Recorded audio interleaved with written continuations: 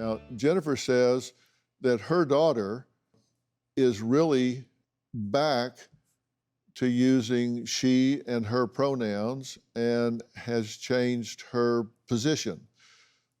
What's happened? Well, we took her out of school. It was right before the pandemic, and we did not trust the school to be working in partnership with us anymore.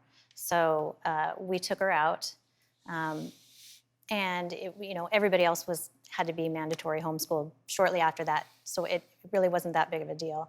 But and then she had a falling out with her friend group who was all LGBTQ identified. And they were 10 and 11, and there were some things that were said that concerned us, and we took all of her devices away. So we removed her basically from all of the influences that were affirming her. And slowly, she let go of it over time, and she desisted and became comfortable with herself as a girl again. Mm-hmm. And we've had discussions since then about what happened. And I asked her, what gave you the idea to go into the boys' cabin? And she said, that wasn't my idea. That was the teacher's idea. The teacher asked me. And I actually didn't want to be in the boys' cabin. I wanted to be with my friends, the girls. But she didn't feel comfortable saying that to her teacher. She didn't trust him enough. She had already said she was a boy. What was she supposed to say at this point? She probably figured she had to say yes to being in the boys' cabin. This teacher, I think he meant well, but he didn't realize that he was leading our daughter in a particular direction.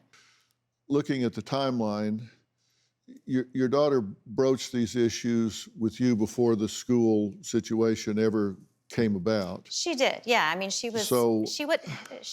I knew she was playing around with it, mm-hmm. which seemed to me just kind of a normal part of development and exploring who you are. So, and then the school situation happened and you took her out of school, then there was this. So I would really encourage you to let her find her own way, mm-hmm. and see where she belongs. Oh yeah, of course, I do. I haven't forced her in any direction. Yeah, because she kind of headed that way before, and then the school situation, then after school.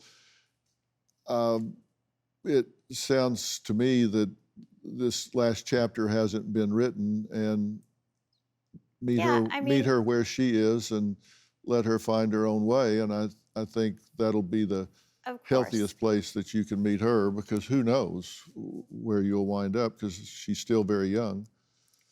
That's true. She is still very young, and I don't know how she's going to identify as an adult. Yeah. And what you know is you love her wherever she is, and that's right. Whatever she does.